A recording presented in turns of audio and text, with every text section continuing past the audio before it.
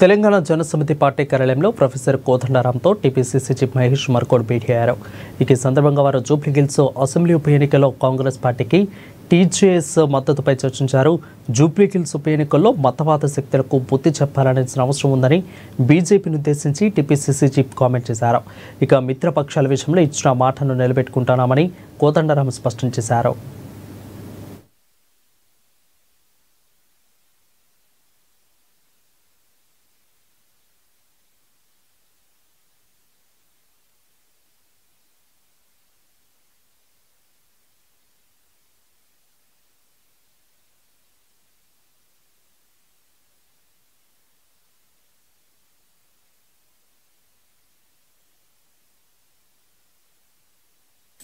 సంజయ్ గారు ఇప్పటికి కూడా కేంద్ర మంత్రిని మర్చిపోతారని మాట్లాడారు. ఎందుకు ఇస్తారండి? పెద్దమ్మ తల్లి గుడి భూమిని ఎంఐఎంకి ఎందుకు ఇస్తారు? మరొకటి చేసినప్పుడు కొంత పస ఉండాలి, అర్థం ఉండాలి. ఏది పడితే అది కేంద్ర మంత్రి స్థాయిలో ఉండి ఏది పడితే అది ఏ రకంగా మాట్లాడతారు? సమాజంలో దేవుళ్ళ భూములు ఎంఐఎంకి ఇవ్వడం కానీ మస్జిద్ల భూములు ఆర్ఎస్ఎస్కి ఇవ్వడం కానీ సాధ్యమే కదా. ఏం మాట్లాడుతున్నాడు ఆయన? చట్టం తెలియక మాట్లాడుతుందా? చట్టం తెలిసి మాట్లాడుతున్నాడా? పెద్దమ్మ తల్లి గుడి ఆనాడు పి జనార్దన్ రెడ్డి కాంగ్రెస్ సిఎల్పి నాయకులు చేసినటువంటి మంత్రి, మాజీ మంత్రి డెవలప్ చేసినట్టు గుడి. అది అదొక దేవాలయానికి సంబంధించిన భూమి వేరెవరికి ఇస్తారని ఇటువంటి చిన్న చిన్న మాటలు మాట్లాడి ప్రజల యొక్క మభ్య పెట్టే ప్రయత్నం చేస్తారంటే కేంద్ర మంత్రి స్థాయికి తగదు.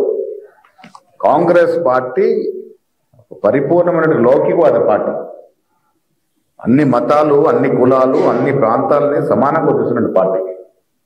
ఇలాంటి పసలేని ప్రజల్ని రెచ్చగొట్టే మాటలు ఇప్పటికైనా కేంద్ర స్థాయిలో మంత్రి పదవిలో ఉన్నటువంటి మాట ఎరిగి మాట్లాడితే మంచిదని నేను బండి సంజయ్ గారికి హితో పలుకుతా ఉన్నాను. ఎప్పటికప్పుడు టెన్షన్ క్రియేట్ చేసి ఎప్పటికప్పుడు మతాల పద్యన విద్వేషాలు రెచ్చగొట్టి సెంటిమెంట్ రాజేసి ఎన్నికల్లో ఓట్లు వేసుకోవాలనే ప్రయత్నం చేస్తారు తప్ప మేము కేంద్రంలో మంత్రి స్థాయిలో ఉన్నాను, నేను కరీంనగర్కి ఫలానా ప్రాజెక్ట్ తెచ్చాను, కరీంనగర్కి ఫలానా ఇండస్ట్రీ తెచ్చాను, తెలంగాణ రాష్ట్రానికి ఫలానా ఇంత పెద్ద ప్రాజెక్ట్ తెచ్చానని చెప్పుకునే స్థాయిలో ఉన్నారని కేంద్ర మంత్రి స్థాయిలో ఉండి కూడా అవి మాట్లాడకుండా ప్రొద్దున లేస్తే దేవుళ్ళు, కులాలు, మతాలు మానుకుంటే మంచిది. కొత్త జనరేషన్ దీనికి వారు ధ్యాస పెట్టట్లే. కొత్త తరం అంతా కూడా ఏ ప్రభుత్వం వచ్చినా మాకు ఎన్ని ఉద్యోగాలు ఇస్తారు, మా జీవన సరళి, జీవన పరిమాణాలు ఎలా మారుస్తారని ఆలోచిస్తారు తప్ప ఈ మతాలు, కులాల పిచ్చిలో పడరు.